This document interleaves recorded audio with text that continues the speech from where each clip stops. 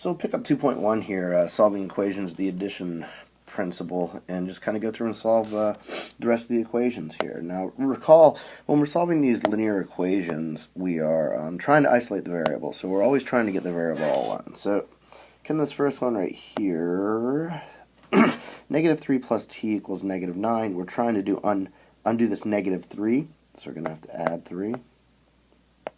Add 3 to both sides here. So negative 3 plus 3 is 0. And once again, 0 plus t is just t. Then negative 9 plus 3 is negative 6. So this is our solution. Now, checking this, we can plug it back in. Negative 3. Plugging this in for the t. Because if these things are equal, they're interchangeable. So we can plug that in where we see our t right there. Plus negative 6 is really minus 6 equals negative 9. Well, negative 3 minus 6, negative 9 equals negative 9. And we're good on that one. So we'll get over here to this m plus 13 equals negative 18.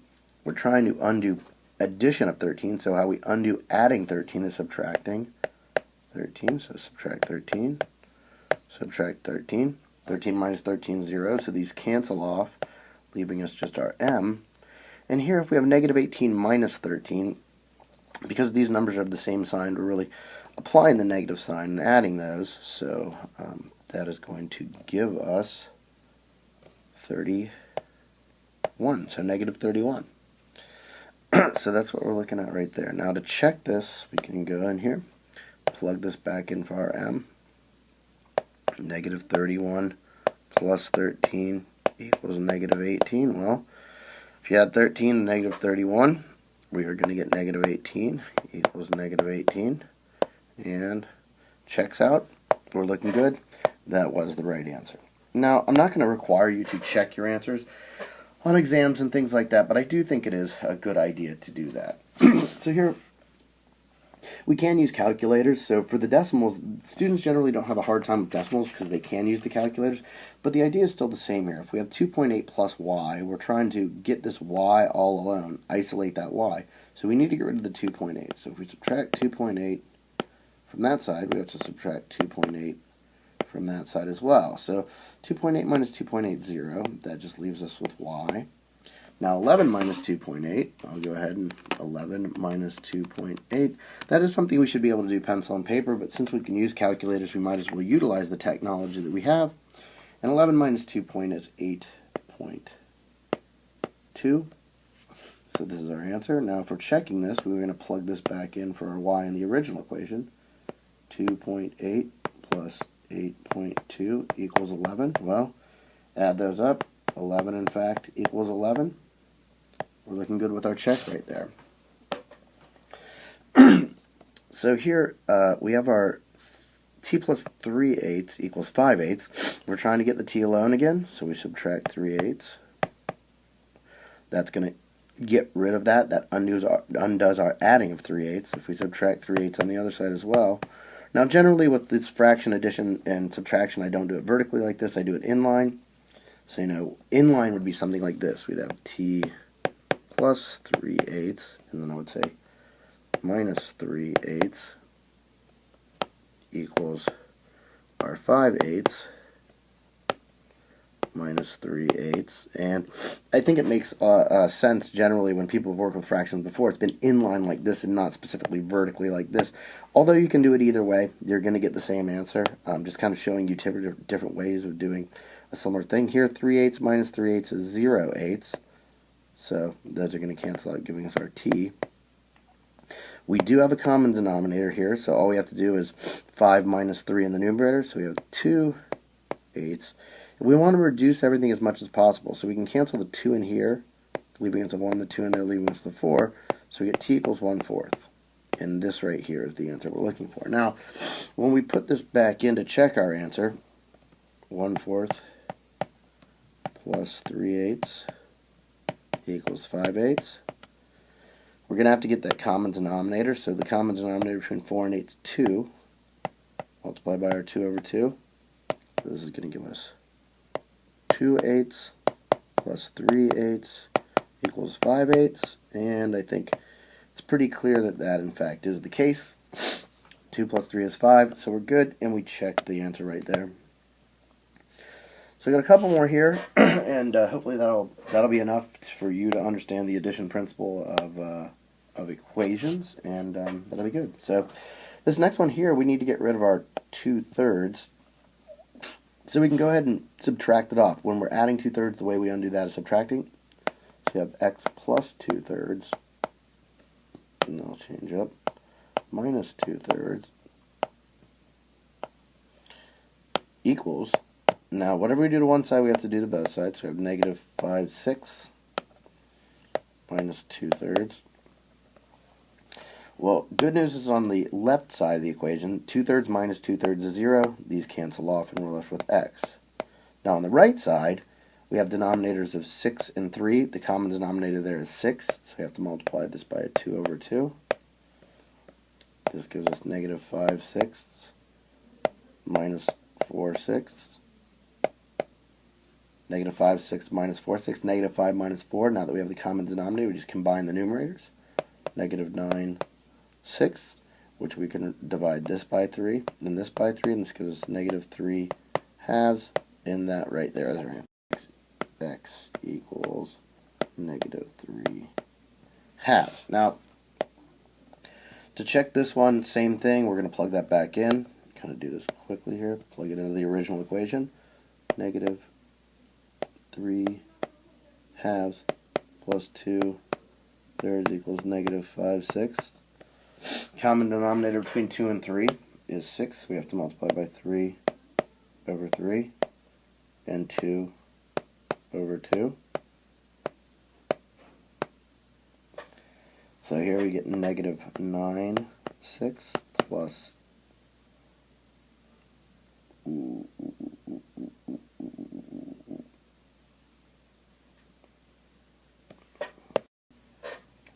so here we have our 2 times 2, which is 4. 6 equals negative 5/6. So then we have here we have the common denominator. Negative 9 plus 4 is negative 5/6. So we got our check. And it's getting a little bit tight in that space, but we checked the answer and we're looking good with that one. So moving on to the next one here. We have negative 1/5 plus z equals negative 1/4. I'll draw a little line here so we have some boundaries. We want to get rid of our negative 1/5, so we add 1/5, and I'll do this vertically. Add 1/5, do that vertically. Cancellation here, so we get z equals negative 1/4 plus 1/5. So the common denominator here that we have to get between 4 and 5 is 20. So we need to multiply this guy by 5 over 5. We need to multiply this guy by 4 over 4. What that gives us is z equals negative 5/20 plus 4/20. Well, common denominator now, negative 5 plus 4 is negative 1, so we have z equals negative 1/20. And that's the answer we're looking for. Now to check this one, we'll go ahead and do that in red, plugging it in. Negative 1/5 boundaries minus our 1/20 equals negative 1/4. So common denominator here is 20, so we're going to multiply by 4 over 4. That's going to give us negative 4/20 minus 1/20 equals our negative 1/4. It's getting hard to read over there. And then negative 4 minus 1 is negative 5. So we have negative 5 over 20 equals negative 1/4. Now think about it. If we divide this by 5, we get our 1. Divide that by 5, we get our 4. So we check that out, and that's looking good. Now the last one that we have to do here is this one with the mixed numbers. Now, I hate mixed numbers. I don't really like them. They're really hard to work with, and they just stymie people most of the time. So generally, what I'll do is turn these into improper fractions. So 5 and 1/4, the way we do that is 5 times 4, so the number times the denominator, plus the numerator. So 5 times 4 is 20 plus 1 is 21. So it's 5 and 1/4, we can say it's 21/4 equals. Same thing, that's 4 and 2/3. We can multiply the 4 times 3, 12, add that to our 2, that gives us 14/3 plus x. Now we have it as improper fractions, it's easier to see what we can do. We just have to move the 14/3 over, get our common denominator, combine, and simplify. So we're getting the x all alone, so I'm going to subtract 14 thirds. And what that gives us is this. We get cancellation over here. So we have 21 fourths minus 14 thirds equals x. Common denominator between 4 and 3 is 12, so we have to multiply by 3 over 3 and 4 over 4. 3 times 21 is 63 twelfths. Minus here, 4 times 14, 56 twelfths equals x. And now combine. 63 minus 56 is 7. 7 twelfths equals x. We can't simplify 7 twelfths, so we just leave it as 7 twelfths. Now checking our answer here, we can plug this in. So we have, plugging this back into our original, 5 1/4 equals 4 2/3 plus our 7 twelfths. So, in order to add this mixed number and improper fraction, we need to get a common denominator. So we're going to go ahead and do that. And I'm going to change this to an improper fraction as well. 5 1/4. I would even generally change the 5 1/4 to an improper fraction, but we can do that later if we want to. 4 times 3 is 12 plus 2, 14. So we have 14 thirds plus 7 twelfths. Common denominator between 3 and 4 is 12. 3 and 12 is 4. Common denominator between 3 and 12 is 12, so we need to multiply by the 4. So we have that. So carry this down. 5 1/4 equals 4 times our 14 is 56 twelfths plus 7 twelfths.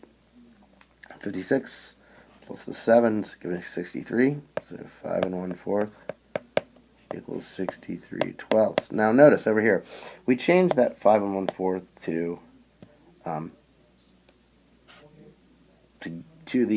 we changed the 5 1/4 to this 21 fourths, which we got the common denominator to get this 63 twelfths. So it is in fact the case that's that. And we can think, how many times does 12 go into 63? Well, 12 goes into 65 times. So it's 5 3 twelfths. 3 twelfths simplifies to 1/4, and we have our check right there. So hopefully that made sense, and we'll see you next time.